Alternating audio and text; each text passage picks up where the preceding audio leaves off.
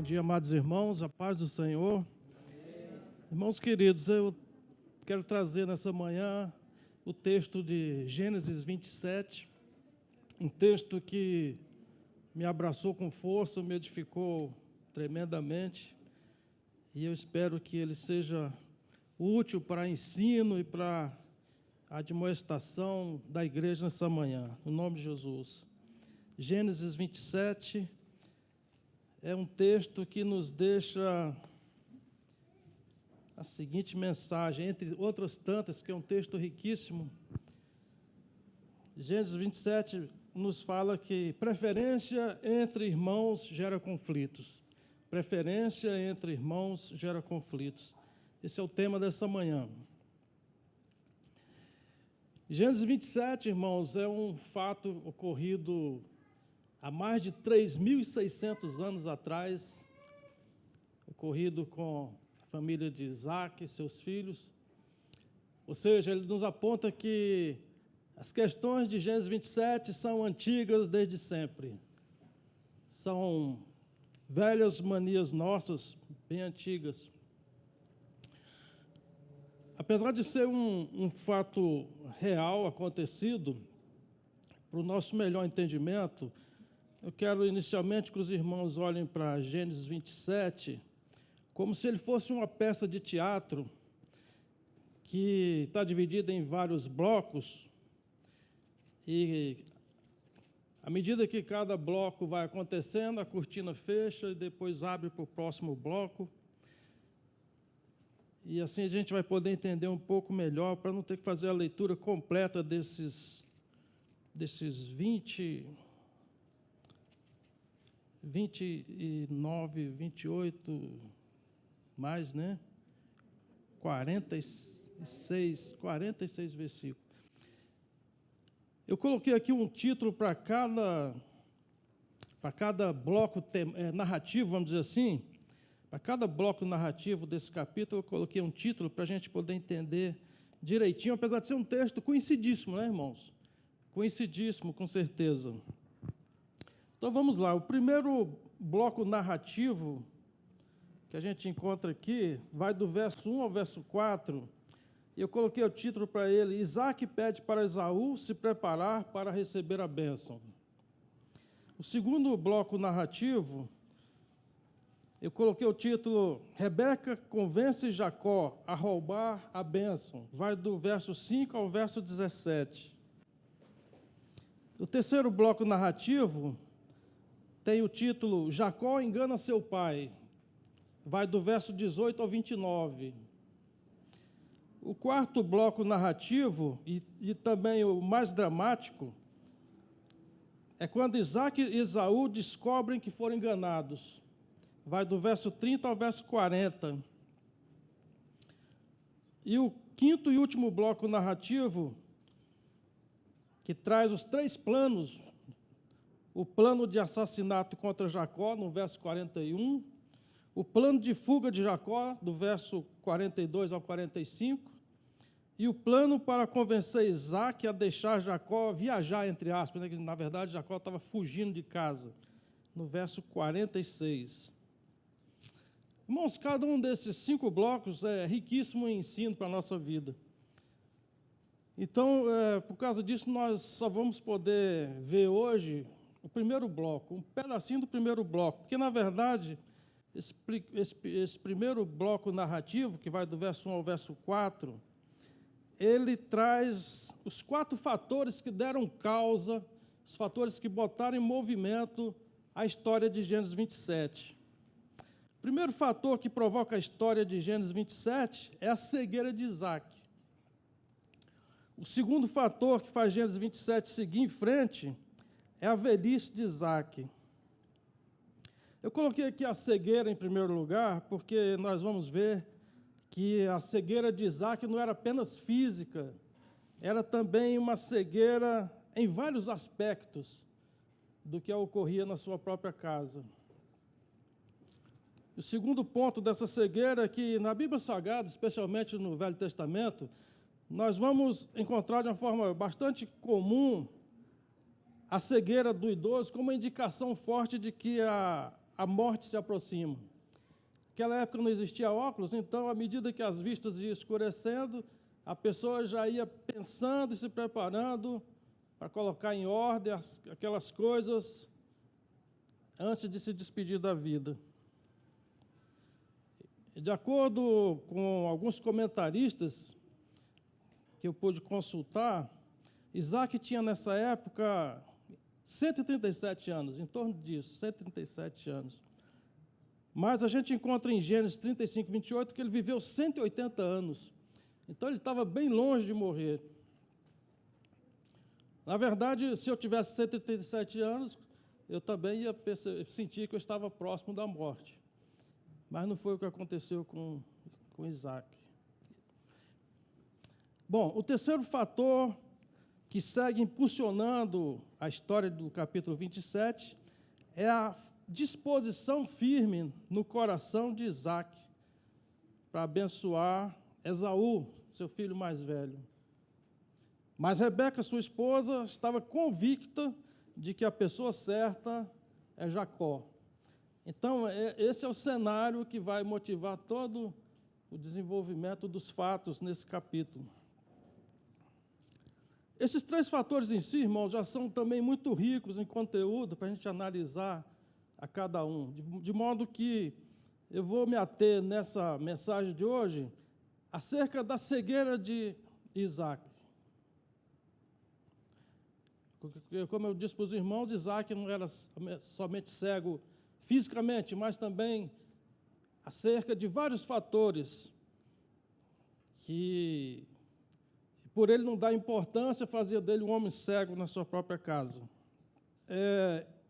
O que culminou, o que foi um terreno fértil, vamos dizer assim, para os problemas de Isaac, por essa cegueira dele, foi que ele manifestou uma disfunção na sua casa, uma disfunção terrível, que é a predileção por um filho. Essa questão do filho predileto, irmãos, é totalmente perigosa, danosa, devastadora na vida, no lar da pessoa. A gente sabe que preferência é uma coisa absolutamente comum, todo mundo tem preferências, a gente já acorda tendo preferências, mas na família, se você tem filho preferencial, isso vai ser um perigo devastador. A família de Isaac, nós sabemos, começou da forma perfeita, da forma ideal, né? A família temente a Deus. Isaac era o herdeiro único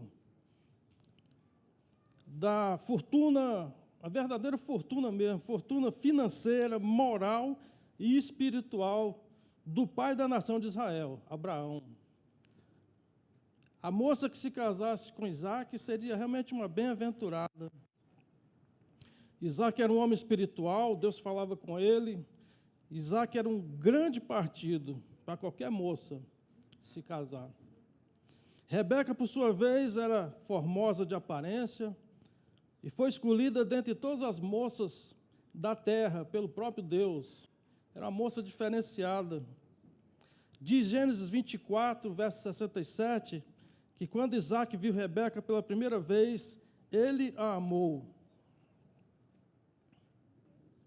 E Isaac já era rico e foi se tornando mais e mais rico do que já era, cada vez mais.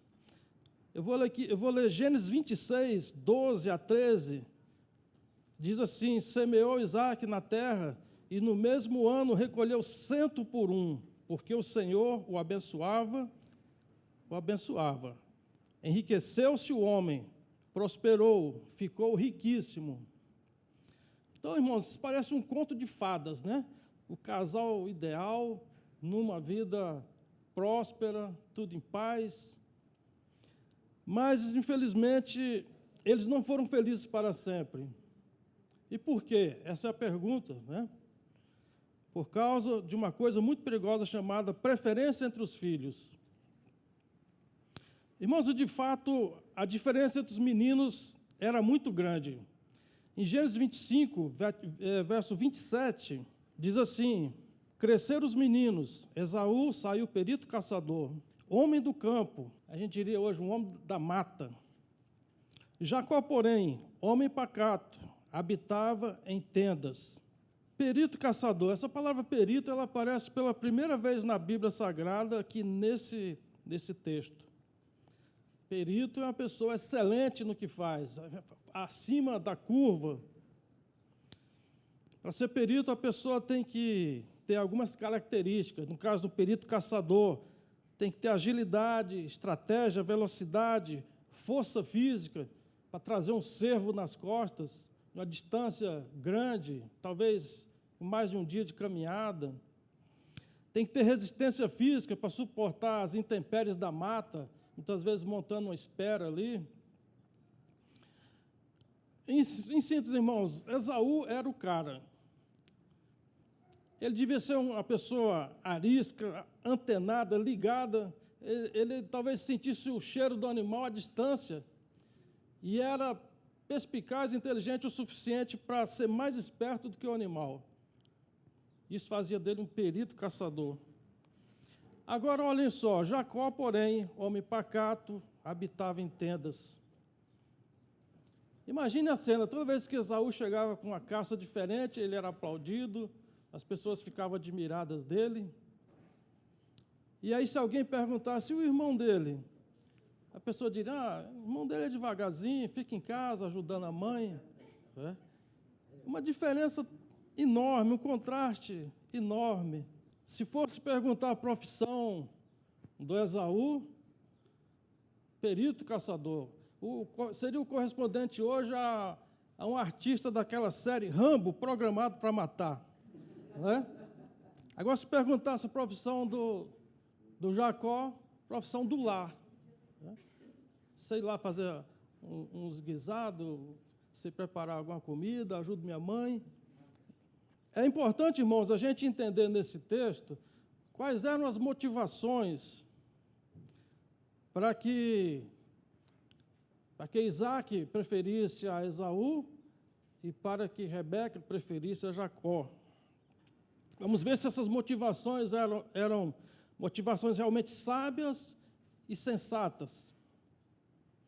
Então, lá em Gênesis 25, 28, traz que Isaac amava Esaú, porque era um filho exemplar. É isso que diz o texto, irmãos? Porque ele era um filho exemplar. Isaac amava Esaú porque ele era um homem, um filho temente a Deus. É isso que o texto fala?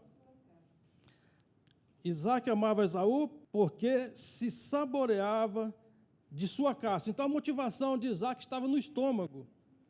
Rebeca, porém, amava Jacó. Então, Isaac amava Esaú, porque ele era o cara que trazia carne para o churrasco, ele era o cara que trazia aplausos da vizinhança e admiração. Aquele filhão dele era famoso na região. E provavelmente Isaac se admirava da diferença física entre Esaú e Jacó. A gente imagina aqui que um homem nessas características de Esaú fosse bem mais forte do que Jacó, né? Jacó fazia pouco exercício físico. A Bíblia não traz todas as informações, mas a gente consegue projetar essa lógica das coisas, né? Então, essas coisas, essa motivação, esse coração de Isaac deixava ele cego para os defeitos de caráter de Esaú, que eram muitos. Hebreus 12, 16 fala que Esaú era imoral e profano. Profano, a gente sabe que é aquela pessoa que despreza as coisas sagradas, né? Aquela pessoa totalmente desleixada. Tanto é que ele trocou o direito de primogenitura, o direito de ser um homem na estatura do seu pai Isaac, em influência, em poder espiritual, em riqueza. Imagina aí um dique de riquezas que ele jogou fora por conta de um prato de comida. Então, ele era esse cara largado, não dava importância às coisas espirituais, às coisas decentes. Ele era profano. O proceder de Esaú era realmente tortuoso. Lá em Gênesis 26, verso 34 a 35, diz assim: tendo Esaú 40 anos de idade, tornou por esposa a Judite, filha de Beeri, Eteu, e a Basemate, filha de Elon, Eteu. Ou seja, as duas mulheres se tornou bígamo, com filhas da terra, filha dos cananeus. Os cananeus eram os heteus, os jebuseus, aquele pessoal todo, né, que Deus não se agradava de nada que eles faziam. Verso 35. Ambas as esposas, né, se tornaram amargura de espírito para Isaque e para Rebeca. Então, Esaú era esse filhão, mas por conta da admiração cega de Isaque, ele não levava nada disso em consideração. Então, é um fator que deu causa aos acontecimentos desse capítulo 27, foi justamente essa cegueira de Isaque. Rebeca, por sua vez, por que será, irmãos, que ela amava mais a Jacó? Ela amava mais a Jacó por causa de Deus. Vocês percebam aí nesse capítulo 27 que Deus fica em silêncio. Deus fala no capítulo anterior, no 26, Deus fala no capítulo posterior, capítulo 28, mas Deus não fala nada nesse capítulo 27. E o que nós aprendemos ao meditarmos nesse capítulo é que até o silêncio de Deus, ele tem autoridade, até mesmo o silêncio de Deus é santo, até mesmo o silêncio de Deus deve ser respeitado. Vejam que no capítulo 27 a predominância não é da voz de Deus, mas é da atuação de Rebeca. Mas o tempo todo era a soberania de Deus que estava em operação. Tudo que Rebeca provocou nesse capítulo 27, eu entendo que foi porque Rebeca não desprezou a profecia. Existia, irmãos, uma profecia sobre a vida de Jacó. Gênesis 25, 22, até o verso 23, diz assim: os filhos lutavam no ventre dela, então disse: se é assim, por que vivo eu? Ela achava que ia morrer, irmãos, de tanto que era complicada aquela gravidez. E então Rebeca consultou ao Senhor, respondeu-lhe o Senhor: duas nações há no teu ventre, dois povos, nascidos de ti, se dividirão. Um povo será mais forte que o outro, e o mais velho servirá ao mais moço. Rebeca guardou essa palavra no seu coração, creu nessa palavra e se esforçou na direção dessa palavra que Deus tinha liberado para a sua casa. Com certeza, Isaque sabia muito bem dessa profecia. Afinal, era um lar cristão, um lar temente a Deus, não é? E o que pessoas cristãs tementes a Deus fazem? Elas oram juntas, elas falam acerca das belezas do Senhor, acerca das coisas que o Senhor está operando na sua casa. Essas coisas são normais no lar cristão. Não tinha como Isaque não saber da profecia. Nesse sentido, Isaque é surdo também, porque não deu ouvidos à profecia de Deus referente à sua própria família. Ele estava obstinado pela ideia de ter como seu sucessor um homem que impressionava as vistas. Esaú, e não Jacó, homem pacato e comum, um homem da cozinha e dos cuidados da casa. Irmãos, Deus não brinca nem faz piada, mas Deus é perito em aplicar pegadinhas na gente, né? Quando a gente analisa todos os relatos dos grandes homens de Deus, a gente encontra pessoas simples, pessoas sem pedigree, porém escolhidas por Deus. E o apóstolo Paulo, na sabedoria que Deus conferiu a ele para identificar essas características na Escritura, ele diz lá em 1 Coríntios 1, verso 26 ao 29, o seguinte: irmãos, reparai, pois, na vossa vocação, no vosso chamado, né? Visto que não foram chamados muitos sábios, segundo a carne, nem muitos poderosos, nem muitos de nobre nascimento. Pelo contrário, Deus escolheu as coisas loucas do mundo para envergonhar os sábios e escolheu as coisas fracas do mundo para envergonhar as fortes. E Deus escolheu as coisas humildes do mundo e as desprezadas e aquelas que não são, para reduzir a nada as que são, a fim de que ninguém se vanglorie na presença de Deus. É interessante também a gente observar que Isaac, de tolo, ele não tinha nada. Ele podia ser cego na sua casa, mas de tolo ele não tinha nada. Era um homem riquíssimo, lidava com patrimônios, com bens, com muitos empregados na sua casa e, com certeza, com a esperteza das pessoas. E tanto é que vocês vão ver aí do verso 20 ao 27, que Isaac tomou todos os cuidados para verificar se tudo estava acontecendo direitinho, se tudo estava ok, né? Ele estranhou inicialmente a rapidez com que o seu filho trouxe a caça. Ele reconheceu que a voz não era de Esaú. Ele tocou o braço para ver se era o seu filho, que o Esaú era mais cabeludo do que Jacó. Ele se aproximou e cheirou as roupas do seu filho. Isaac não era de maneira nenhuma um homem tolo. O que fez dele um homem tolo na sua casa foi a sua obstinação na sua preferência. É um fator que a gente precisa recordar em tudo isso que está acontecendo, é que quando a gente bota um filho no mundo, irmãos, de uma certa forma, a gente está colocando uma extensão da gente, né? Uma extensão biológica, é o meu DNA, e também uma extensão psíquica, que a gente espera que aconteça, né? Que ele se identifique com o meu modo de ser. É como se eu estivesse tendo uma continuação naquele filho. E esse é o grande perigo, porque muitas vezes a gente faz da extensão psicológica a nossa preferência. Essa identificação entre o homem forte, poderoso, herói de guerra, ele tem um forte fator psicológico na vida de Isaac, porque vocês vão lembrar que lá na infância, ele teve uma experiência ruim com o seu meio-irmão Ismael.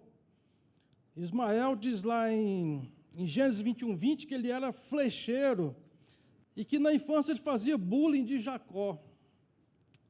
De Jacó, não, de Ismael, né? Isaac, é tanto nome, né? Então Ismael fazia bullying de Isaac, e por conta de que ele era um flecheiro muito bom. Nós vamos encontrar em Gênesis 21:9-10, seguinte referência: vendo Sara que o filho de Agar, a egípcia, o qual ela dera à luz a Abraão, caçoava de Isaque, disse a Abraão: rejeita essa escrava e seu filho, porque o filho dessa escrava não será herdeiro com Isaque, meu filho. Então ela já cortou as asas ali do início, né? Mas isso ficou, com certeza, no inconsciente de Isaque. O fato, irmãos, é que, apesar dessa inclinação por nós termos preferências, vir lá da antiguidade, vocês vejam um texto de 3.600 anos, né? O fato de que essa influência psicológica é muito forte na história de vida de todos nós precisamos, a todo custo, resistir para não reproduzir isso na vida dos nossos filhos. Se é que queremos ter um lar harmônico, e se é que queremos ser felizes para sempre no nosso lar, né? Veja o caso de Jacó, ele reproduziu isso na vida da sua família, e inclusive num contexto bem mais vulnerável, porque na casa de Jacó eram 12 filhos, e filhos de 4 mães diferentes. Então era uma família muito mais vulnerável do que a que foi a dele. E ele fez isso de uma forma explícita em relação ao seu filho José, deu uma túnica de luxo só para José, e isso acirrou competição, ira e todos aqueles problemas que nós conhecemos da história de José do Egito.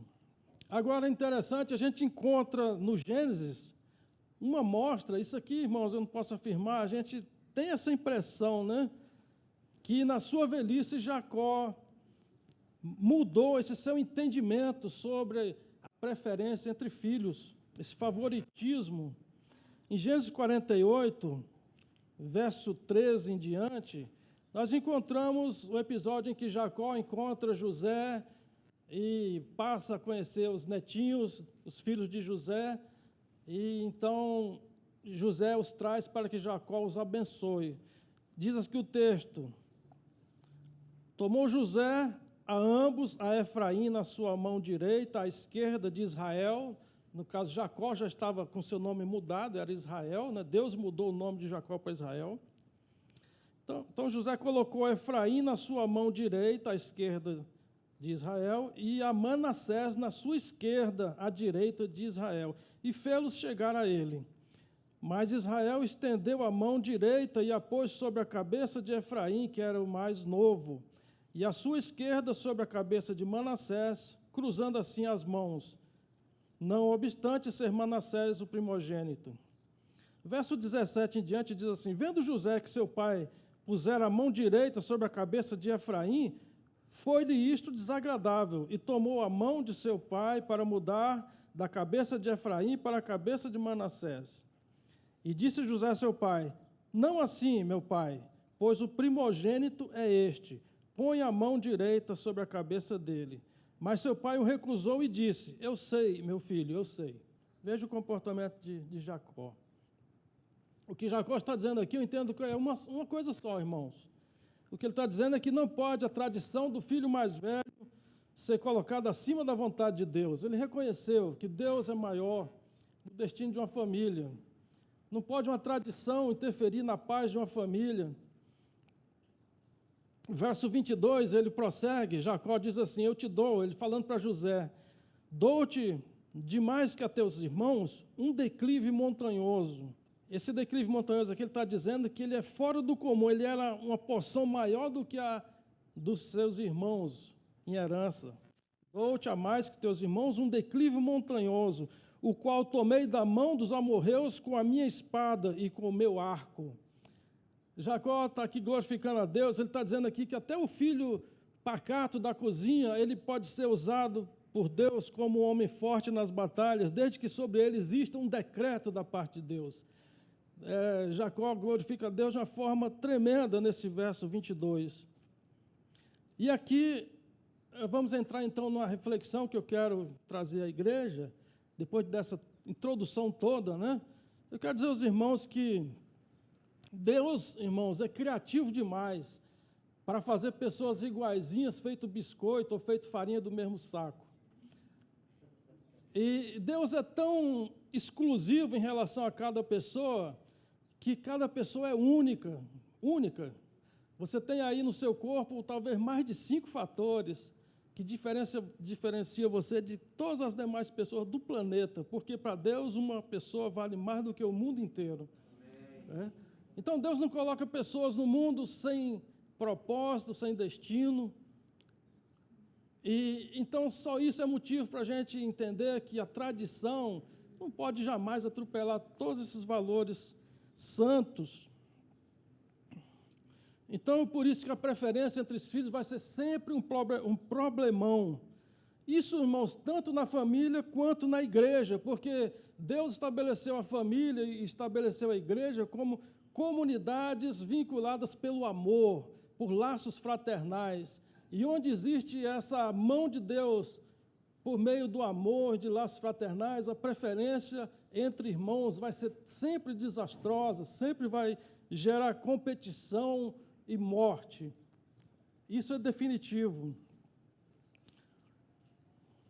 Veja o caso da família de Ismael.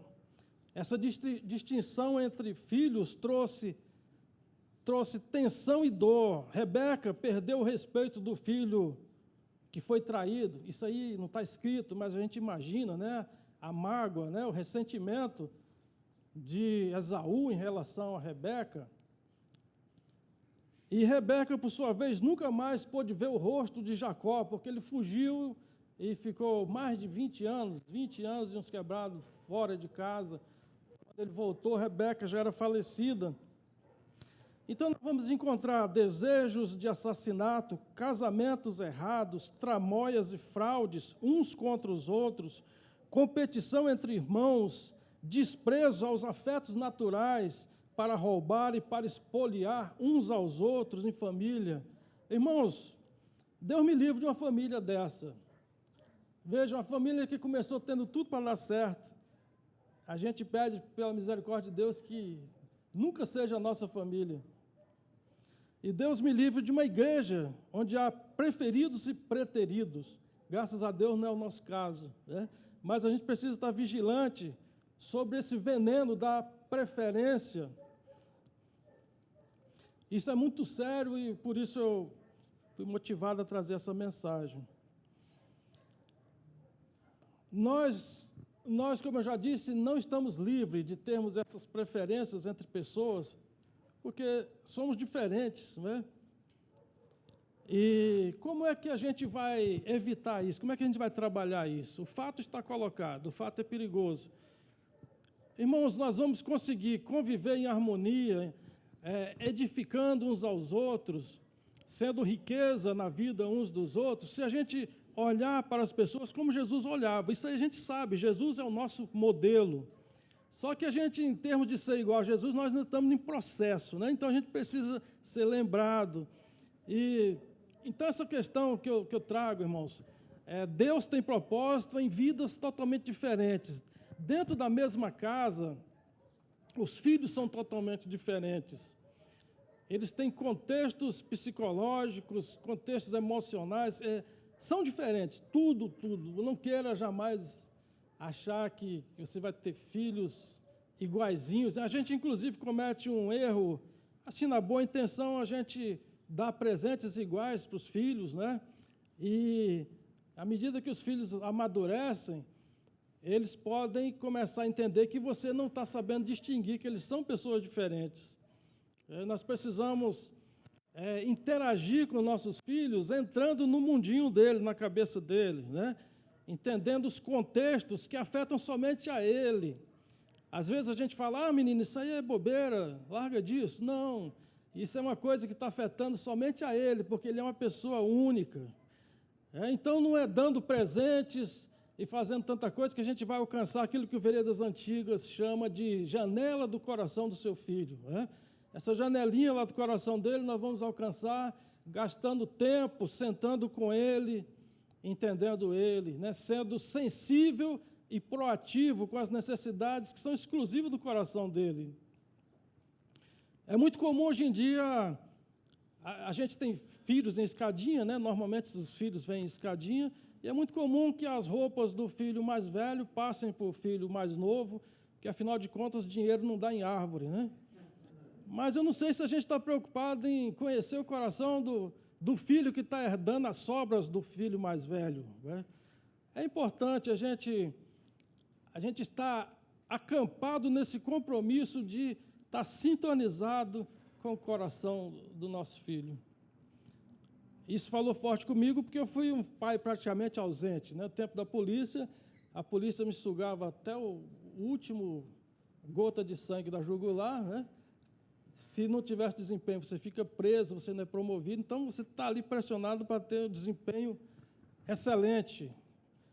E por conta disso, dou graças a Deus porque a Sonara segurou a barra de uma forma exemplar, né? Que merece reconhecimento, elogio.